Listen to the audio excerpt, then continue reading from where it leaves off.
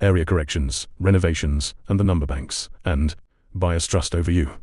Welcome back to the Title Deed Desk. In episode 13, moving property between you and your company. Today is episode 14, a single number. The area printed on your title deed, and what happens when it is wrong or stops being true. The reminder, this is general educational content, not legal advice. Construction approvals involve the municipality and your community developer, and the requirements vary by community. Here is the framing. The number stops being true more often than you would think. You buy a villa, you live in it, and you build, you extend the kitchen, add a room, close in a terrace, put in a pool. You have changed the built-up area, but the deed still says what it said on purchase day. A deed does not update itself when a wall goes up, and sometimes the number was never right at all. The deed, the contract, and the official plan quietly disagree. Either way, the mismatch sits there like a small landmine, waiting for the day you sell or remortgage. Why one number carries so much weight. The area on your deed is not decoration. It is what the bank values against when you refinance.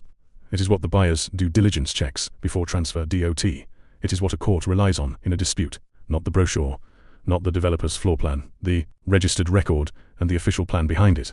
Make it concrete. A villa marketed and sold on 4,500 square feet. The official plan says 4,18. The buyer's bank orders of valuation. The surveyor pulls the plan, a 7% gap appears. The valuation lands on the smaller number. The loan drops. The buyer renegotiates or walks. Nothing about the villa changed that week. Only the moment the number was checked. The two cases, and why they run differently. Case 1, the number is wrong, and you've built nothing. A recording discrepancy. Here, you need to know one document by name. The affection plan. The official map of your property, recorded. Alongside the register. The deed says who owns. The plan says what, exactly, is owned. Boundaries. Dimensions. Area. When deed and plan disagree, the plan side is where the evidence gets fixed first. The fix is a correction. The official plan is pulled. A licensed surveyor re-establishes the true figure where needed. The revised plan replaces the old one in the land department's records, and a deed is amended to match. Comparatively clean. A data correction on authoritative evidence. Case 2, the number is wrong because you built. Now you're asking the register to recognize a physical change, and it will not do that on your word. 3. The chain behind a genuine change. The register recognizes construction through the approvals that should have accompanied it.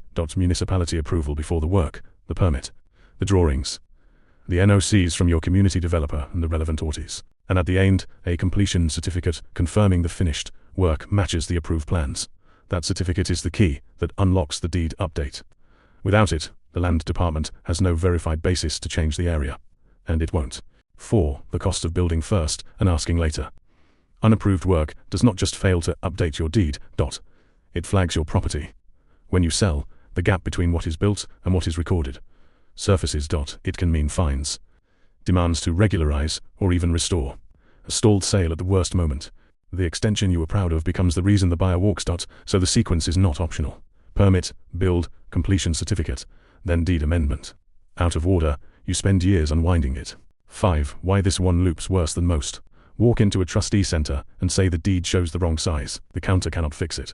Not unwillingness. The evidence lives elsewhere. The survey department, the municipality, the developer. You will be told what is missing and sent to get it.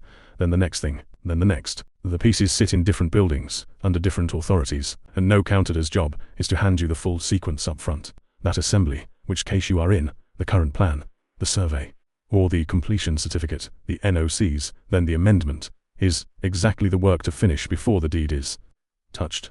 Done right, the amendment itself is quick. That assembly is what TitleDeed.ae runs. In the next episode, the owner on the deed is not a person at all. It is a company, and the company just changed hands. This was the Title Deed Desk.